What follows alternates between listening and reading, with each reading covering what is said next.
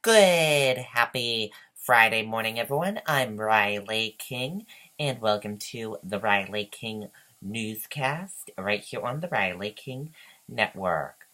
Let's get started. First up, we begin with breaking news. Irma has potential to catastrophically devastate Florida, governor says.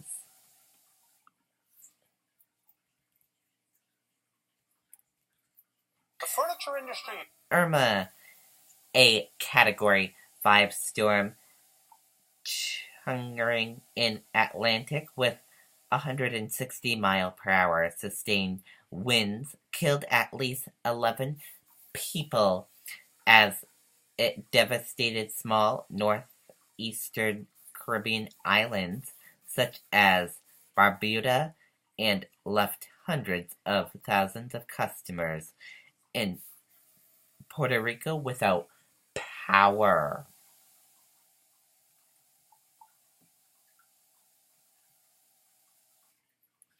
On Barbuda, nearly every building was damaged when the hurricane's core crossed almost directly over the island early Wednesday.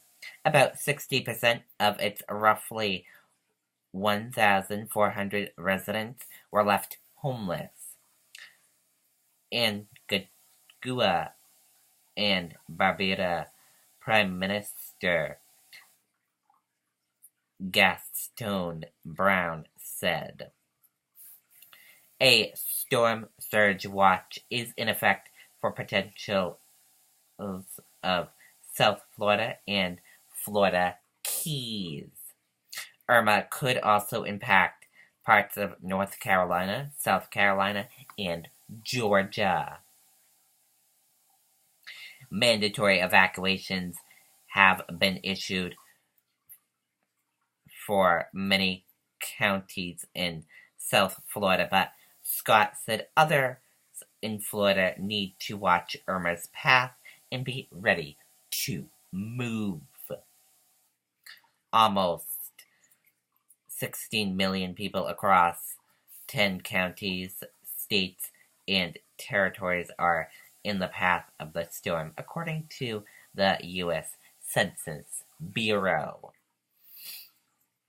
And an update came in at 3:15 p.m. Hurricane warnings are now in place for Colorado, Hendry, and Glades County in southwest Florida.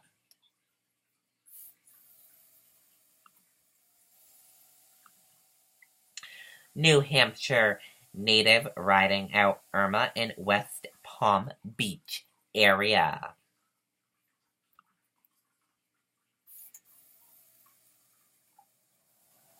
Most Granite Staters visiting Florida have left the state, but for those who now call the Sunshine State home, it's a different story. Maxwell Carras, 27, is a boat sales broker who lives in Lake Park, just north of West Palm Beach, and a graduate of Bishop Brady High School in Concord.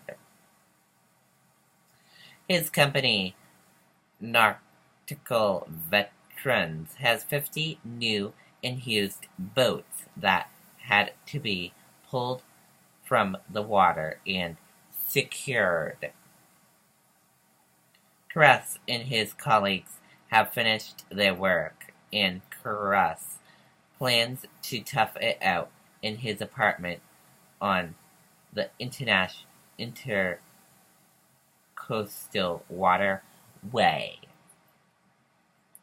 Carras said most people in Lake Park have left, stores are closed, and traffic is light. He witnessed Hurricane Matthew, but this is different, he said.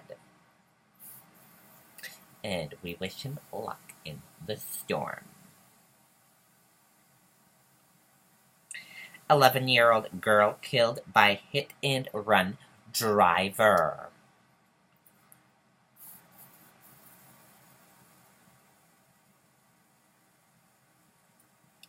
An 11-year-old crossing the street was killed after being struck by a hit-and-run vehicle. According to Methuen police, the girl was crossing Broadway near Kirk Street in Methuen with a parent when the vehicle going through the intersection at a very high speed struck her. Authorities said the driver fled the scene down Broadway into Lawrence. Police are now searching for the driver. No details about the vehicle were immediately available, police said. The victim was taken to Lawrence General Hospital, where she was pronounced dead.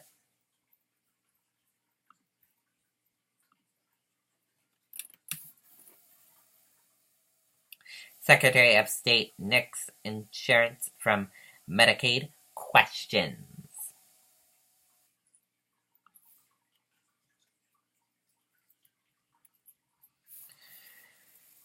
Democratic Secretary of State Matt says he has removed the word insurance from a ballot question to expand Medicaid because some could see it as a biased term. Mainers are set to vote on November 7th reform question to require the state to apply for Medicaid expansions for adults under age 65 with income at or below 138% of the federal poverty line. Republican Governor John Paul LePage has reportedly rejected Medicaid expansion. Several Republicans criticized Matt's proposed wording that called Medicaid insurance. LePage wants to change Medicaid recipients' premiums and co-pays. Matt said his decision to intend use health care coverage does not mean Medicaid has nothing to do with insurance. Those who are qualified for main care include 19 and 20-year-olds, individuals with disability, and elderly, and certain low-income parents.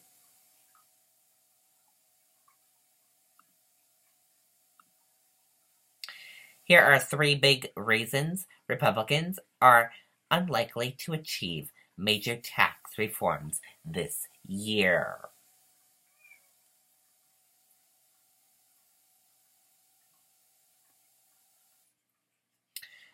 Odds are falling that Republicans can achieve their last best hope of a 2017 policy breakthrough with major tax reforms for 3 reasons.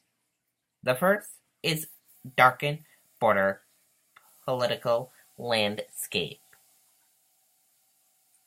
The second reason is rising defect pressure. And the third reason is discord within the GOP.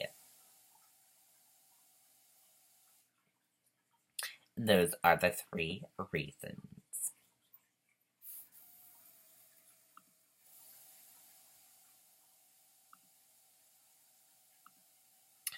At least 5 dead as magnitude 8.1 earthquake rocks southern Mexico, felt in capital.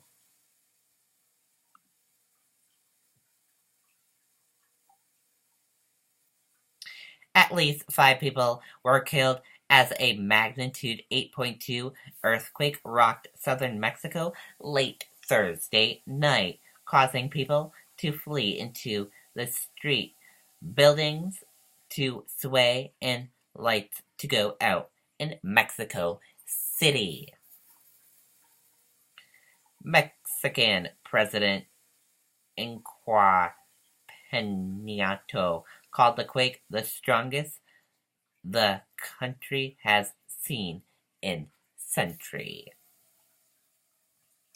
And that does it for the Riley King newscast right here on the Riley King Network. I hope you all have a great rest of your Friday, and I'll see you back here later on today. Goodbye, everyone.